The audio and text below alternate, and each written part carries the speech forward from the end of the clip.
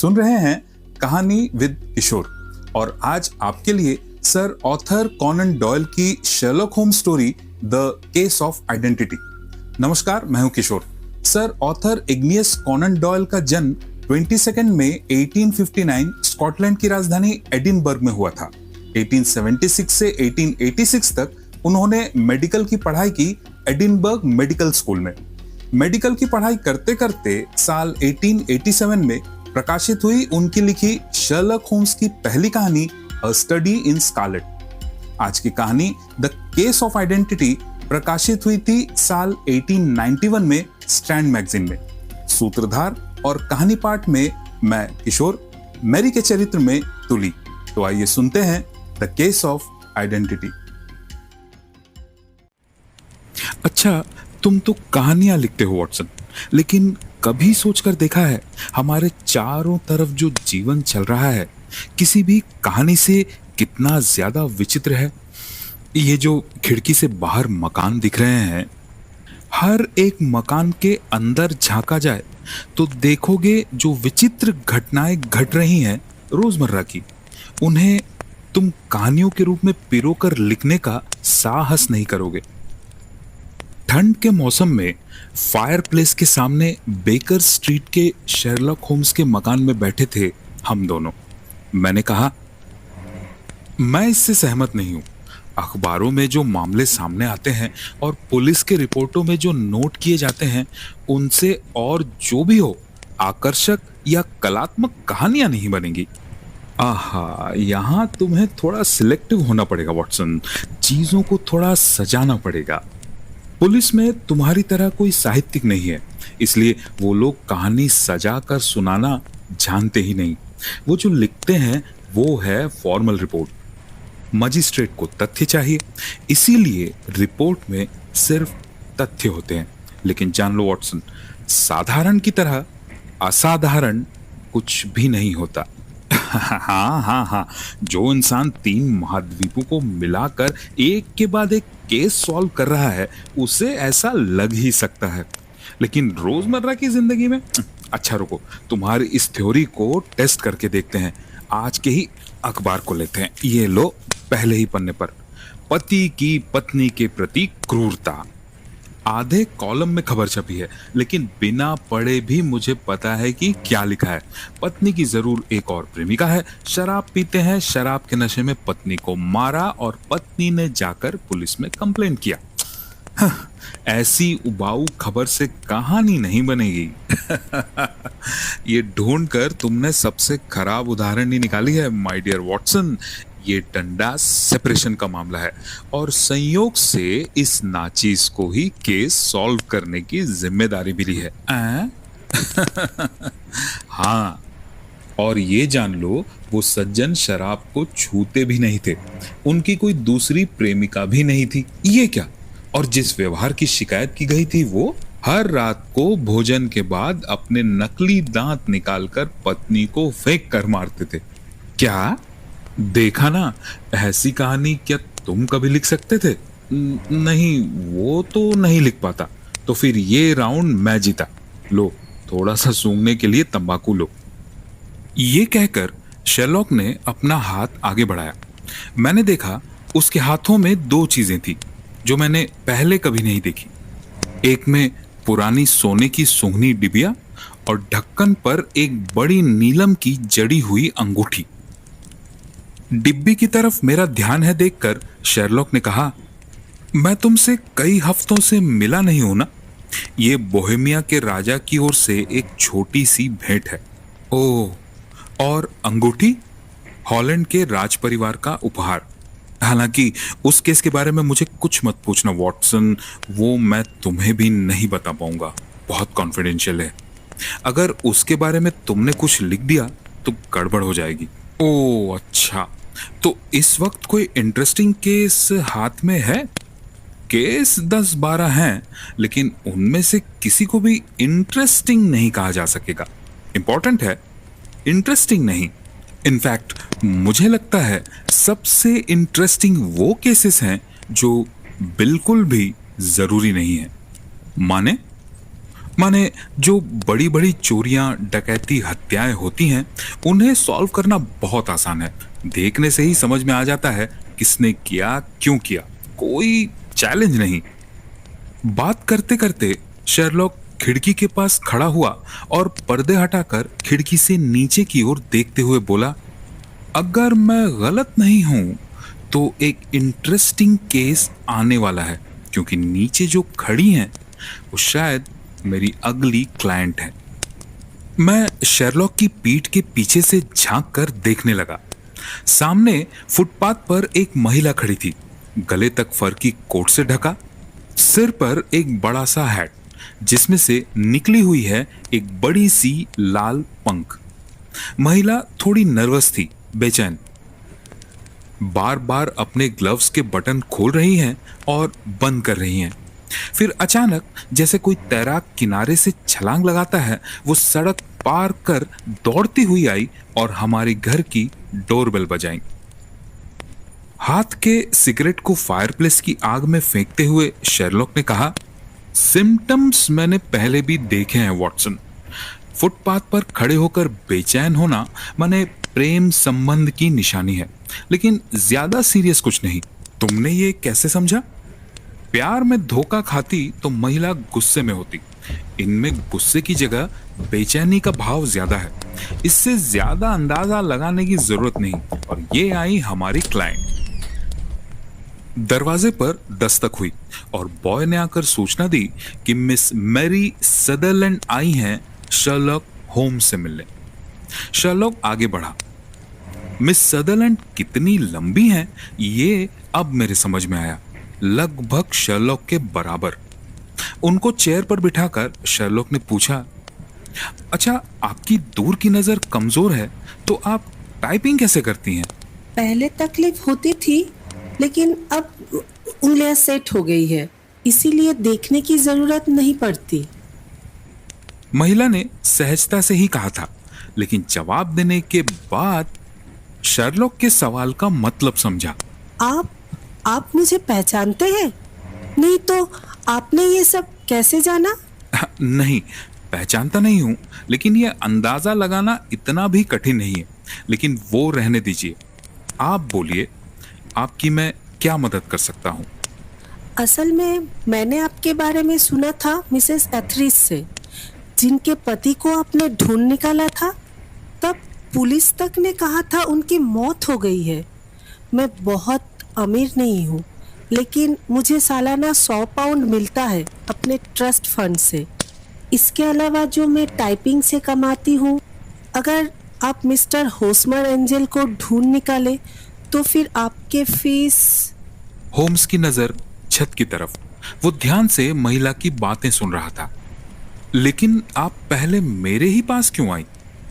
Mary Sutherland के चेहरे पर फिर से वही चौंकाने वाला भाव। उनके कुछ ना कहने पर भी शेरलॉक इतना कुछ कैसे भाप लिया, उनके समझ में नहीं आ रहा। लेकिन उन्होंने सवाल का जवाब सही दिया। क्या करूं बोलिए? मिस्टर विंडी बैंक, मतलब मेरे पिताजी तो कुछ भी नहीं कर रहे। वो ना तो पुलिस के पास जाएंगे, ना ही आपके पास आएंगे। पूरे मामले में कोई गंभीरता ही नहीं दिखा रहे। इसीलिए मैं सीधे आपके पास चली आई। आपके पिता का टाइटल विंडी बैंक और आपका सदरलैंड। ओ, स्टेपफादर? हाँ, मैं उनको पिताजी ही बुलाती हूँ। हालांकि वो मुझसे सिर्फ 5 साल ही बड़े हैं। आई सी। आपकी माँ जीवित हैं? हाँ, जीवित है और खुश है। सच कहूँ तो मेरे पिता की मृत्यु के बाद माँ ने शादी कर ली, जो मुझे ठीक नहीं लगा, और वो भी एक ऐसे आदमी से जो उनसे 15 साल छोटा है। पिताजी प्लम्बर थे। उनके मौत के बाद माँ और फोरमैन मिस्टर हार्डी दोनों मिलकर काम चलाए जा रहे थे। लेकिन मिस्टर विंडी बैंक ने माँ को मजबूर करके दुकान बिकवा दिया, क्योंकि उनको पसंद नहीं कि उनकी पत्नी दुकान चलाए। वो बहुत ऊंचे दर्जे के थे। वाइन का बिजनेस है उनका। खैर, इतने दिन में दुकान बेच के मिले मात्र 4,700 पाउंड। पिताजी जिंदा होते तो और भी ज्यादा मिलता। आई सी। और आपने जो ट्रस्ट फंड की बात कही, क्या वो इस दुकान के सौदे से ही? नहीं, वो मेरे अंकल नेड ने ऑकलैंड में छोड़ी थी। ये न्यूजीलैंड के स्टॉक में लगी है जो 4.5% इंटरेस्ट देती है। अच्छा, तो आपको वहां से सालाना मिलता है 100 पाउंड, और उसके अलावा अपनी मेहनत की कमाई भी है। ये तो काफी अच्छे पैसे हैं। आपने तो शादी नहीं की, साल में 60 पाउंड में अच्छी तरह गुजारा कर सकती हैं। उससे भी कम में काम चल जाता है मिस्टर होम्स। घर के लोगों पर बोझ नहीं बनना चाहती, इसलिए मैंने बोल दिया है जब तक मेरी शादी नहीं होती वो 100 पाउंड मेरे घर के लोग घर के खर्च में उसका इस्तेमाल कर सकते हैं, जिसे मिस्टर विंडी बैंक मेरी माँ को हर 3 महीने में निकल कर दे देते हैं। मिस मैरी जिस तरह बिना रुके बोलती चली जा रही थी, मुझे लगा शर्लॉक इम्पेशेंट हो जाएगा, लेकिन वो मन लगाकर उनकी बातें सुन रहा था। ठीक, आपने अपनी बात साफ साफ मुझे समझा दी। Thank you very much. Mister Hosmer Angel से आपकी क्या संबंध है, वो बताइए। अब मिस सदरलैंड का चेहरा शर्म से लाल हो गया और आंखें झुक गईं। गैस फिटर्स के बॉल में पहली मुलाकात हुई। जब तक पिताजी जिंदा थे, इनविटेशन उनके नाम पर ही आता था। पिताजी के जाने के बाद माँ के नाम आने लगा। मिस्टर विंडी वैंग नहीं चाहते थे कि मैं जाऊं। मेरे किसी जगह पर जाने को लेकर ही उन्हें दिक्कत थी, किसी भी जगह। लेकिन इस बार मैंने तय कर लिया था कि मैं जाऊंगी ही।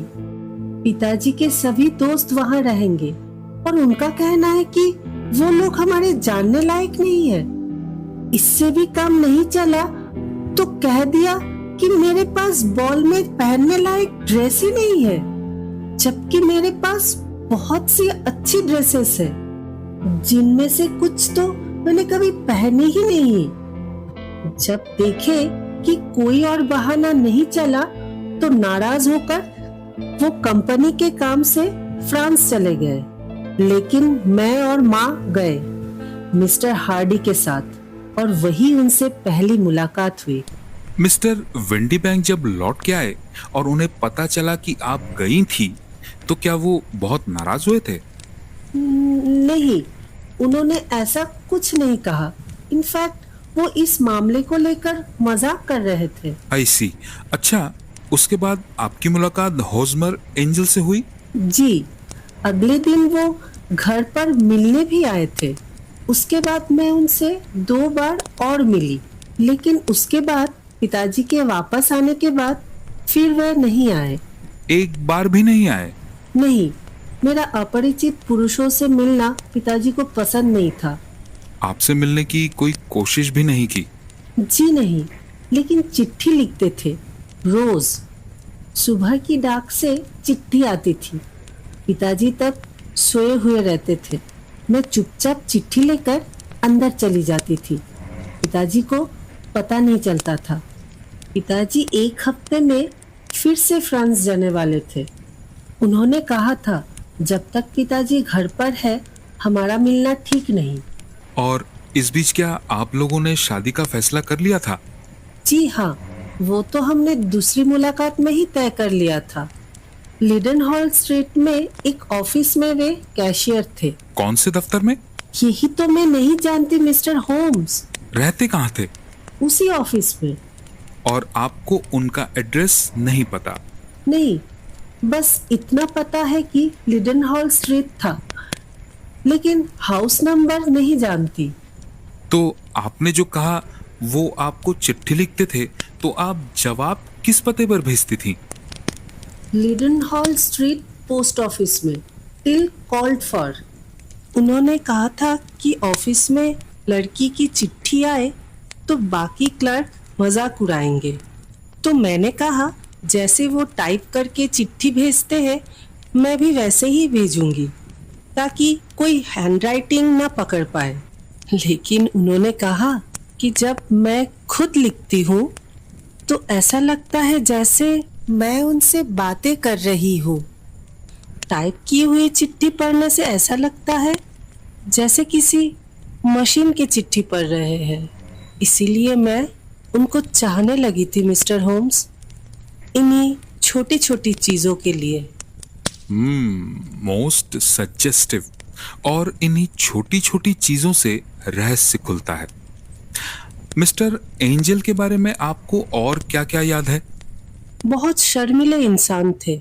दिन के बजाय शाम को मिलना पसंद करते थे, क्योंकि वो कहते थे अगर हम दिन में मिले तो सभी हमारी तरफ घूरते रहेंगे। ये उन्हें पसंद नहीं था। उसके अलावा सज्जन व्यक्ति थे, अ कंप्लीट जेंटलमैन, और बहुत धीमी आवाज में बात करते थे। उन्हें बचपन में गले की कोई बीमारी हुई थी, इसी कारण ऊंची आवाज में बात नहीं कर पाते थे। हमेशा अच्छे कपड़े पहनते थे, साफ सुथरे, और मेरी ही तरह उनकी नजर कमजोर थी। तेज रोशनी में उन्हें तकलीफ होती थी, इसीलिए आंखों में काला चश्मा पहनते थे। अच्छा, तो आपके पिताजी के फ्रांस चले जाने के बाद क्या हुआ? वे फिर मुझसे मिलने घर आए और कहा कि पिताजी के लौटने के पहले ही वो मुझसे शादी करना चाहते हैं। इस बात को उन्होंने बहुत जोर देकर कहा था, और उन्होंने मुझसे कसम खिलवाई कि जो भी हो जाए मैं उन्हें छोड़कर कहीं ना जाऊं। माँ को भी वो बहुत पसंद थे, लेकिन एक हफ्ते में शादी, पिताजी का रहना उचित नहीं होगा। माँ और उन्होंने दोनों ने ही कहा कि पिताजी के रहने की जरूरत नहीं है। माँ ने कहा वे पिताजी को बाद में समझाकर बताएंगे, लेकिन ये मुझे कुछ ठीक नहीं लगा। शादी ही तो कर रहे हैं, कोई चोरी तो नहीं। मैंने पिताजी को शादी के बाद चिट्ठी लिखकर बताई। उनके फ्रांस के ऑफिस का पता मेरे पास था, लेकिन शादी के दिन सुबह चिट्ठी मेरे पास वापस आ गई।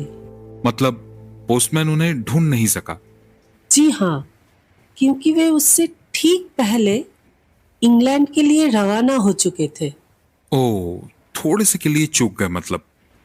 खैर, आपकी शादी कब होने वाली थी? शुक्रवार, चर्च में? लेकिन बहुत सादगी से। Saint Xavier's Church, King's Cross के पास। सुबह शादी और ब्रेकफास्ट सेंट पैनक्रॉस होटल में। वे हमें घोड़ा गाड़ी में लेने आए, लेकिन उनकी गाड़ी में सिर्फ 2 लोगों की बैठने की जगह थी, इसीलिए मैं और माँ एक साथ एक गाड़ी में बैठे और वे खुद एक 4 पहिए वाली गाड़ी में बैठ गए। हम पहले चर्च पहुंचे और गाड़ी से उतरकर इंतजार करते रहे। कुछ देर बाद उनकी गाड़ी आई, लेकिन वे गाड़ी से नहीं उतरे। गाड़ी वाला उतरा और देखा तो गाड़ी खाली थी। हमें तो समझ ही नहीं आया क्या हुआ, क्योंकि गाड़ी वाले ने कहा कि उसने किसी को गाड़ी से उतरते नहीं देखा। ये सब पिछले शुक्रवार को हुआ मिस्टर होम्स, और तब से लेकर आज तक मुझे उनकी कोई खबर नहीं मिली। आप प्लीज उन्हें ढूंढ निकालिए, प्लीज। मिस्टर हॉस्मर एंजल ने आपके साथ बहुत बुरा व्यवहार किया है। जी नहीं, उन्होंने ऐसा नहीं किया। इनफैक्ट वे समझ गए थे कुछ गड़बड़ होगी। सुबह मुझसे कहा था अगर उन्हें कुछ हो जाए तो मैं अपना वादा याद रखूं।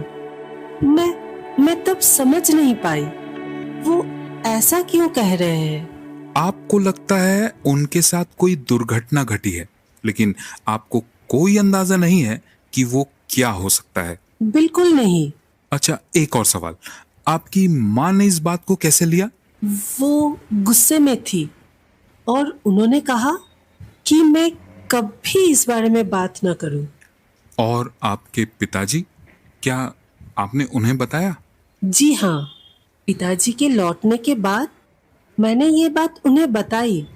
उन्हें भी लगा कि कुछ तो अनहोनी घटी होगी। भागना होता तो पहले ही भाग जाते। चर्च तक आने के बाद भाग जाने का क्या मतलब? और वो मुझसे पैसे उधार लिए होते तब भी समझ में आता। लेकिन उन्होंने कभी मेरा एक पैसा भी नहीं छुआ मिस्टर होम्स। फिर भी क्या हुआ होगा? और और वो लिख क्यों नहीं सकते? उफ, और ये सोच सोच कर मेरा दिमाग काम नहीं करता है मिस्टर होम्स। शेरलॉक चेयर से उठ खड़ा हुआ। मैं आपके लिए इस मामले की जांच करूंगा। तब तक मिस सदरलैंड, आप जरा आराम कीजिए। जैसे वो आपकी जिंदगी से दूर हो गए, आप भी अपने मन से उनको दूर कर दीजिए। मतलब आप कह रहे हैं कि मैं कभी उनसे मिल नहीं पाऊंगी? I am afraid not. तो फिर उनके साथ क्या हुआ? हाँ, इसका जवाब देने के लिए मुझे थोड़ा वक्त लगेगा मिस सदरलैंड। तब तक आप उनका सटीक विवरण और उनकी कुछ चिट्ठियां दे दीजिए। मैंने उनके लिए पिछले शनिवार के क्रॉनिकल में विज्ञापन दिया था। यहाँ उस विज्ञापन की कटिंग है और ये 4 चिट्ठियां हैं। Thank you miss Sutherland. और आपका address? Number 31 lion place, Camberwell. आपके पास मिस्टर एंजल का पता नहीं है। आपके पिता किस कंपनी में काम करते हैं? वेस्ट हाउस और मार बैंक के लिए काम करते हैं, wine importer. Thank you miss Sutherland. आपने अपनी बात बहुत साफ साफ मुझे समझा दी है। अब इस पूरे मामले को अपने दिल और दिमाग से निकाल दीजिए। ये मुझसे नहीं होगा मिस्टर होम्स। मैंने वादा किया था, मैं उनके सिवा किसी से प्यार नहीं कर सकती। जब तक वो नहीं लौटेंगे मैं उनका इंतजार करूंगी। महिला को एडमायर किए बिना नहीं रह पाया।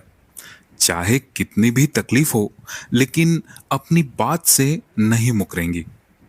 मिस सदरलैंड अपने कागजात टेबल पर रखकर निकल गई। अपने दोनों हाथ जोड़कर मुंह के पास रखकर शेरलॉक बहुत देर तक छत की तरफ देखता रहा।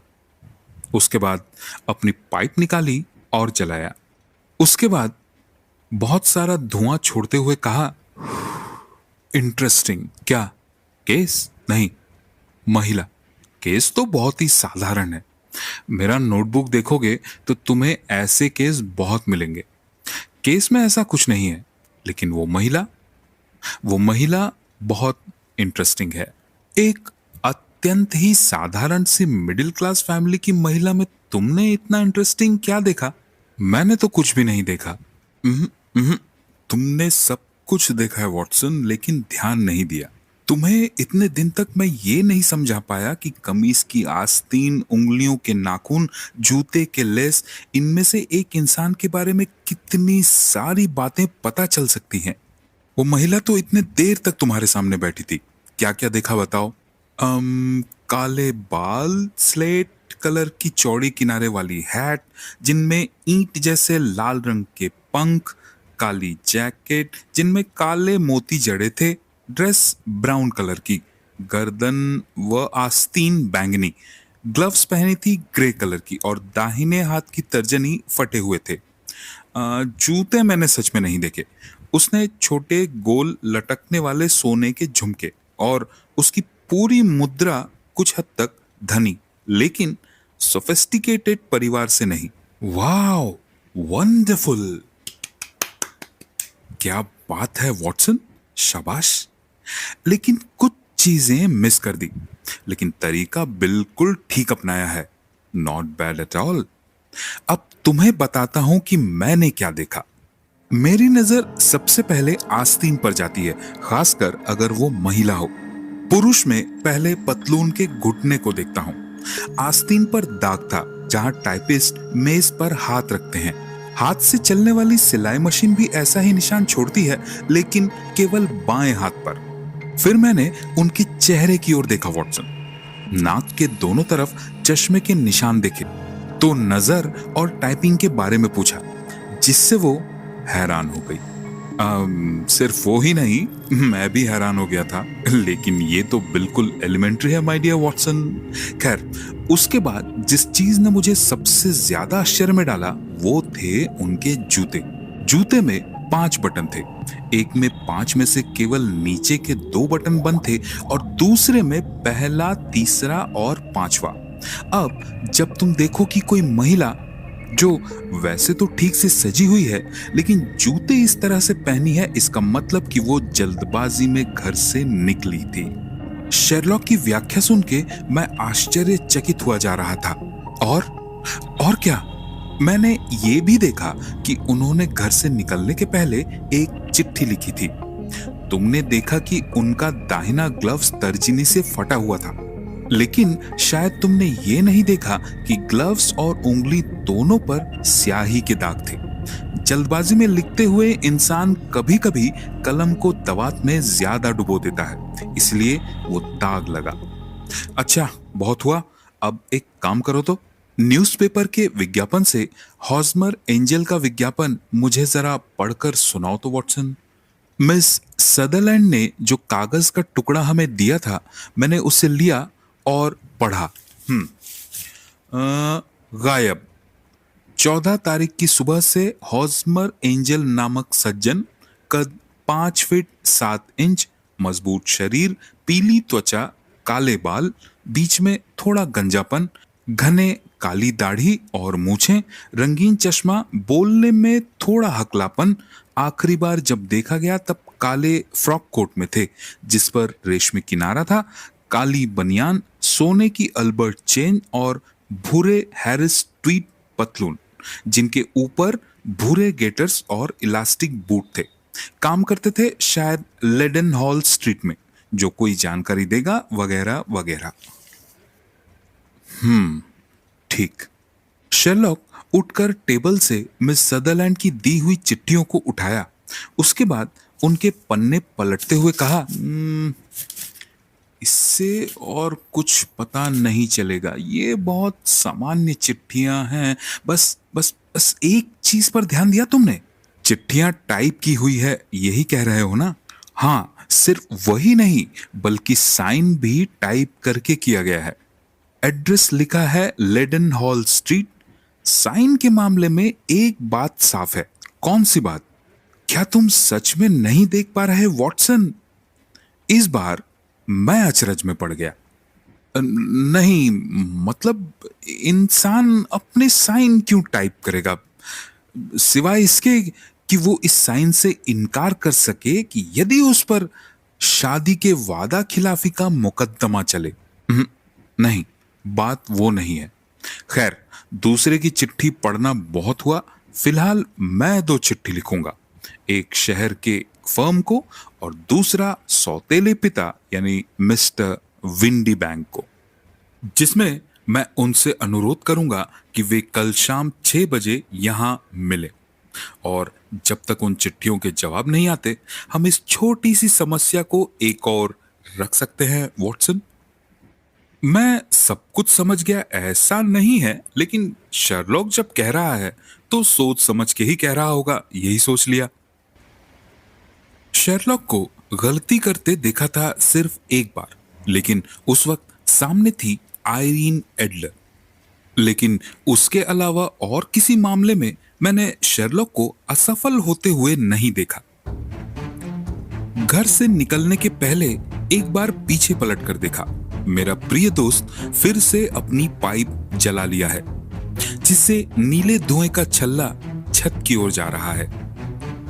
कल जब मैं लौटूंगा तो शेरलॉक मेरे सभी सवालों का जवाब देकर मेरे मन के धुएं को साफ कर देगा। दूसरे दिन सुबह मैं अपने मरीजों को लेकर बहुत बिजी था, इसीलिए बेकर स्ट्रीट पहुंचते पहुंचते मुझे शाम हो गई। घर के अंदर देखा, शेरलॉक काउच में आंखें बंद करके लेटा हुआ है। सामने टेबल पर सजी हुई है टेस्ट ट्यूब्स और कमरे में एक अजीब गंध थी। मैंने पूछा, क्यों, समाधान हुआ तो तुमने इसे सुलझा लिया? हाँ, पेराइटा बाइसल्फेट। अरे नहीं नहीं, केस की बात कर रहा हूं। सॉल्व हुआ? ओह, केस। मुझे लगा मैं जो केमिकल टेस्ट कर रहा हूं तुम उसकी बात पूछ रहे हो। केस में तो कुछ है ही नहीं वॉटसन, पानी की तरह साफ। बस एक ही दिक्कत है, उस धूर्त को पकड़ने के लिए कोई कानून नहीं है। तो वो आदमी था कौन और मिस सदरलैंड के पीछे पड़ के उसे मिला ही क्या? शर्लॉक ने सवाल का जवाब देने के लिए मुंह खोला ही था कि तभी दरवाजे पर दस्तक हुई। वो आ गए, मिस्टर विंडी बैंक। क्या बात है, बिल्कुल घड़ी देखकर 6 बजे। कम इन। अंदर आए एक मजबूत औसत कद के व्यक्ति, उम्र 30 साल से थोड़ी ज्यादा, दाढ़ी मूछ साफ, पीली त्वचा वाला और आंखें तेज। उन्होंने हम दोनों को एक एक संदेह भरी नजर से देखा, अपनी चमकदार टॉप हैट को साइड बोर्ड पर रखा और पास की कुर्सी पर बैठ गए। Mister windy bank, good evening. ये टाइप की हुई चिट्ठी आपने ही भेजी थी ना? 6 बजे मिलने का वादा किया था। जी हाँ, मुझे खेद है, मिस सदरलैंड ने हमारे पारिवारिक मामले को लेकर आपसे बात की। मैंने मना किया था, लेकिन वो मेरी बात सुनती नहीं है। बहुत भावुक और जिद्दी लड़की है। किसी बात पर अड़ जाती है तब उसे रोकना मुश्किल होता है। तब भी ठीक है कि आपके पास आई थी। पुलिस के पास जाती तो सबको पता चलता और हंगामा हो जाता। हाँ, लेकिन इससे भी तो कोई फायदा नहीं, क्योंकि आप हॉस्मर एंजल को ढूंढ तो नहीं पाएंगे। On the contrary mister windy bank, मुझे पूरा विश्वास है कि मैं मिस्टर एंजल को ढूंढ निकालूंगा। मिस्टर विंडी बैंक के हाथ से उनके ग्लव्स फर्श पर गिर पड़े। ढूंढ निकालेंगे? ओह, अच्छा। शेरलॉक के चेहरे पर मुस्कुराहट फैल गई। उसने मेरी तरफ उंगली उठाकर कहा, मेरे साथी डॉक्टर वॉटसन से परिचय करा दूं। जानते हो वॉटसन, लोग अपने हाथ की लिखावट छुपाने के लिए टाइप की हुई चिट्ठी भेजते हैं। जैसे हर हाथ की लिखावट एक जैसी नहीं होती, वैसे ही हर टाइपराइटर की लिखावट भी एक नहीं होती। जब तक वे बिल्कुल नए न हो, कोई 2 टाइपराइटर एक जैसे नहीं लिखते। कुछ लेटर्स दूसरों से ज्यादा घिस जाते हैं और कुछ केवल एक तरफ से घिसते हैं। इसी से पता चल जाता है। अब जैसे मिस्टर विंडी बैंक ने जिस टाइपराइटर से ये चिट्ठी टाइप की है, देखो हर बार ई का ऊपर का भाग थोड़ा सा घिसा हुआ है और आर की पूंछ में एक हल्की सी खामी है। देखा? Very interesting. विंडी बैंक ने एक बार मेरे और एक बार शेरलॉक की तरफ देखा। उसके बाद कहा, असल में वो हमारे ऑफिस का टाइपराइटर है, उसी से सारा पत्र व्यवहार करते हैं ना, इसलिए थोड़ी घिस गई है। ओ ऐसा, अच्छा अच्छा। लेकिन मिस्टर विंडी बैंक, अब मैं आपको सबसे इंटरेस्टिंग चीज दिखाता हूं। समझे वॉटसन, मुझे अब टाइपराइटर और क्राइम के बीच संबंध पर एक किताब लिखनी पड़ेगी। ये एक विषय है जिस पर मैंने थोड़ा ध्यान दिया है। मिस्टर विंडी बैंक, समझे कुछ? शेरलॉक ने अपने हाथ में उठा लिए मिस्टर हॉस्मर एंजल की कुछ चिट्ठियां और अपनी मैग्नीफाइंग ग्लास। ये हैं मिस्टर हॉस्मर एंजल की भेजी हुई कुछ चिट्ठियां। अब यदि आप मैग्नीफाइंग ग्लास से देखें तो सिर्फ ई और आर लेटर में वो दोष है। और सिर्फ यही नहीं, आपकी चिट्ठी से भी मिलाकर देखें तो और 14 अक्षरों में भी ऐसा ही है। मिस्टर विंडी बैंक अपनी कुर्सी से उछल पड़े। मैं बहुत बिजी इंसान हूं मिस्टर होम्स, बर्बाद करने के लिए मेरे पास समय नहीं है। अगर उसको पकड़ सके तो मुझे बताइएगा। शेरलॉक ने धीरे से दरवाजे की चाबी घुमाकर दरवाजा बंद करके चाबी अपने पॉकेट में रख लिया। उसके बाद पलटकर मिस्टर विंडी बैंक की तरफ देखकर बोला, ठीक है, तो मैं आपको बताता हूं मिस्टर विंडी बैंक, मैंने मिस्टर हॉस्मर एंजल को पकड़ लिया है। क्या? कहां? Oh come on mister Windibank, आप पकड़े गए, भागने का कोई रास्ता नहीं। मैंने मैंने कोई गलत काम नहीं किया मिस्टर होम्स। आगंतुक के माथे पर पसीने की बूंदें चमकने लगी। गलत काम नहीं किया, लेकिन जो किया वो उससे भी बुरा था। और अगर आप ये सोच रहे हैं कि इतनी छोटी सी चीज मैं नहीं पकड़ सकूंगा, तो आपने बहुत बड़ी गलती की है। अब आप बैठिए, बैठिए, मैं कह रहा हूं, और यदि मैं कहीं गलती करूं तो आप टोक दीजिएगा। वो आदमी कुर्सी में बैठा रह गया, सिर झुका हुआ, जैसे पूरी तरह से टूट चुका हो। शर्लॉक ने कहना शुरू किया, आपने मिस सदरलैंड से शादी की थी उनकी बेटी के पैसों की खातिर, और आपने उसी पैसे पर ऐश किया था कुछ सालों तक। लेकिन मैरी एक अच्छी स्वभाव की लड़की थी, स्नेही और दिल से गर्म। ऐसी लड़की कब तक कुंवारी रहेगी? अब मैरी शादी कर ले तो सिर्फ वो ससुराल जाएगी ऐसा तो नहीं है, उसके साथ उसका पैसा भी चला जाएगा। आपने मैरी की शादी रोकने की पूरी कोशिश की थी, उसका घर से निकलना बंद करवा दिया था, जिससे उसकी किसी हम उम्र पुरुष के साथ मिलना जुलना ना हो सके। लेकिन जब देखा कि अब भी काम नहीं बन रहा, तब आपने एक काल्पनिक चरित्र तैयार किया। हॉज़मर एंजल भेष बदल कर खुद को पेश किया। यहां आपको एक सुविधा थी, मैरी की आंखें, उसकी नजर कमजोर थी, दूसरे प्रेमी की संभावना ही नहीं, क्योंकि वो आपसे प्यार कर रही थी। मैंने सोचा नहीं था मामला इतना आगे बढ़ जाएगा। भरोसा कीजिए मिस्टर होम्स, मैं शायद नहीं सोचा था, लेकिन मामला आगे बढ़ा, प्यार से शादी तक बढ़ा। आपका प्लान था मामले को इस तरह नाटकीय भाव से खत्म करने का, जिससे मैरी के मन में इसका एक गहरा और स्थायी प्रभाव पड़े। और कितने दिनों तक आप फ्रांस जाने का नाटक करते? इसीलिए शादी के पहले आपने मैरी से वादा करवाया कि वो फिर कभी किसी और से शादी नहीं करेगी।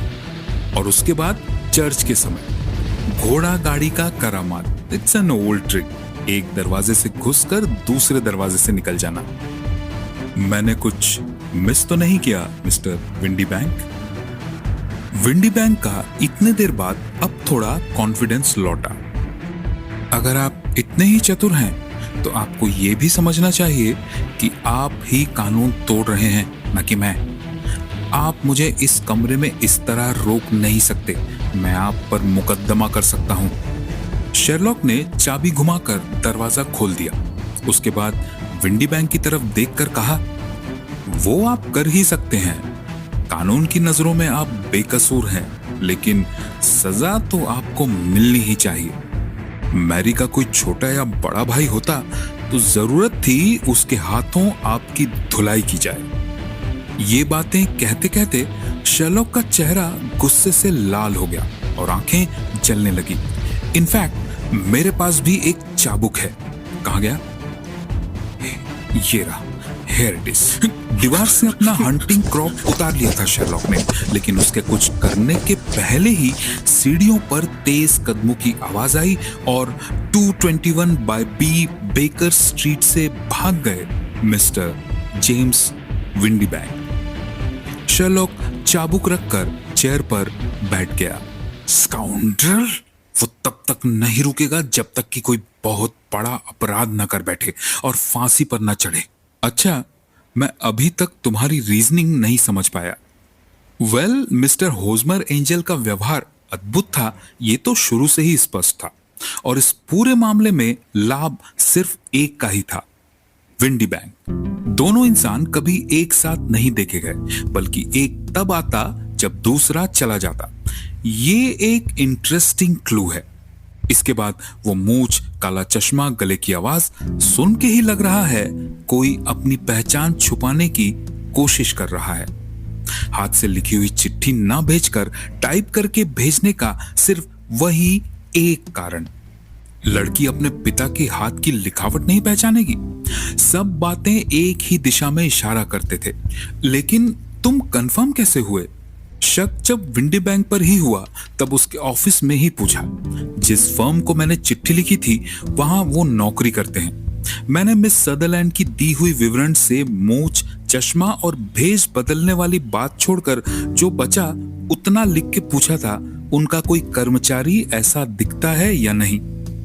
साथ ही साथ मैंने उनसे कहा मुझसे आकर मिले। उस चिट्ठी का जवाब उन्होंने टाइप की हुई लेटर से ही भेजा।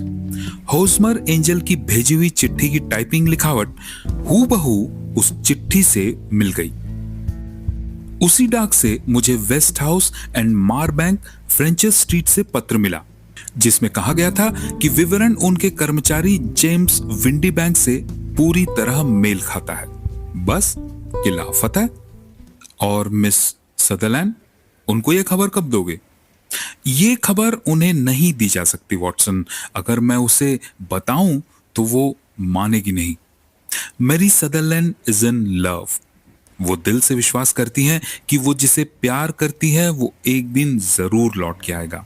और विश्वास ऐसी चीज है वॉटसन जिसे 1000 प्रमाण देकर भी तोड़ा नहीं जा सकता। कहानी विद किशोर में सुन रहे थे शर्लक होम्स की कहानी द केस ऑफ आइडेंटिटी। मूल रचना सर ऑथर कॉनन डॉयल। सूत्रधार, कहानी पाठ और सभी चरित्रों में मैं किशोर, मिस सदरलैंड के चरित्र में तुली। कहानी आपको कैसी लगी हमें कमेंट सेक्शन में जरूर बताइएगा। और हाँ, चैनल पर नए हैं और सब्सक्राइब नहीं किया तो प्लीज चैनल को सब्सक्राइब कर बेल आइकन को दबा दीजिएगा। मिलते हैं अगली कहानी में, तब तक के लिए नमस्कार।